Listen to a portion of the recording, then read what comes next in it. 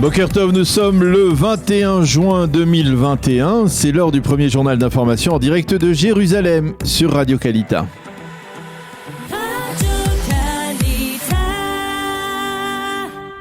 Avec notre correspondant.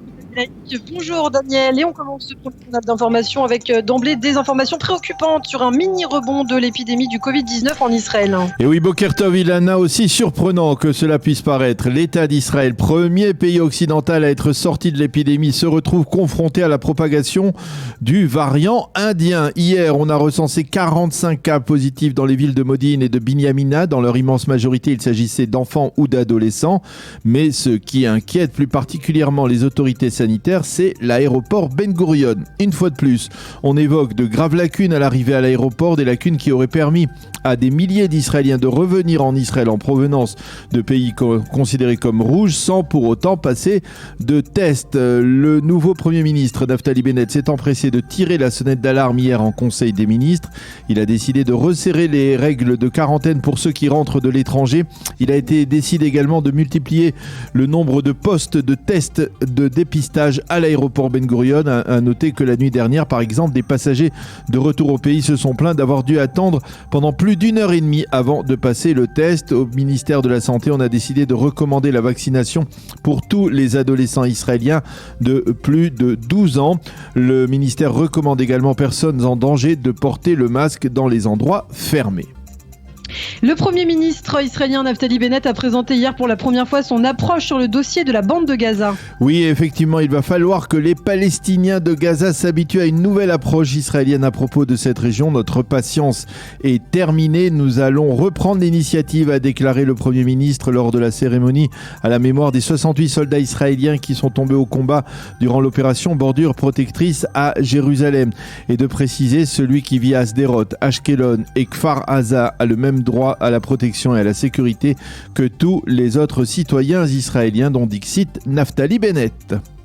Le dossier iranien à présent, tout comme celui de Gaza, était à l'ordre du jour de la réunion du cabinet restreint qui s'est tenue hier. Oui, c'était également la première réunion de ce forum hier après-midi. Au cours de cette réunion, Naftali Bennett a affirmé que l'élection du nouveau président iranien Raisi était un signal indiquant aux grandes puissances qu'elles devaient se réveiller.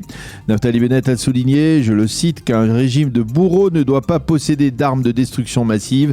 Parmi toutes les personnes à élire, le régime iranien a choisi le bourreau de Téhéran, a déploré Naftali Bennett.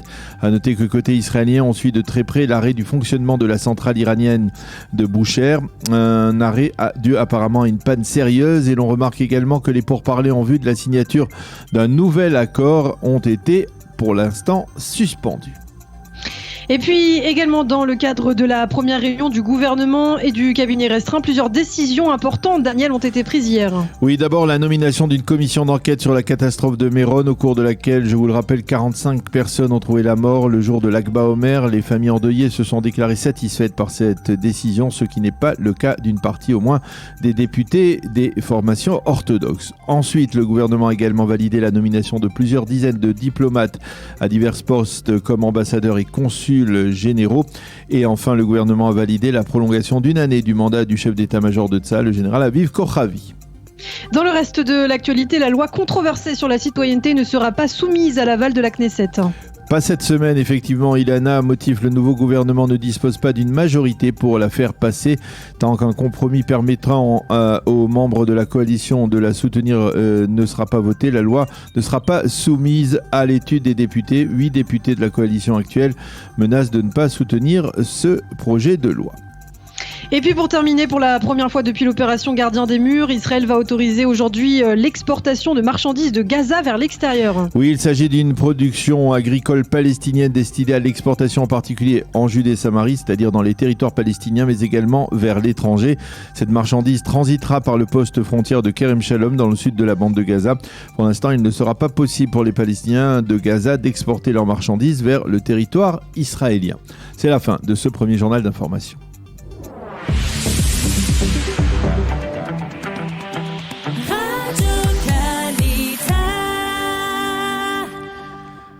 Une rapide page météo maintenant. Légère hausse des températures sur l'ensemble du territoire israélien. Un temps bien entendu toujours ensoleillé. C'est le premier jour, si je ne m'abuse, de l'été. Donc on vous souhaite un bon été.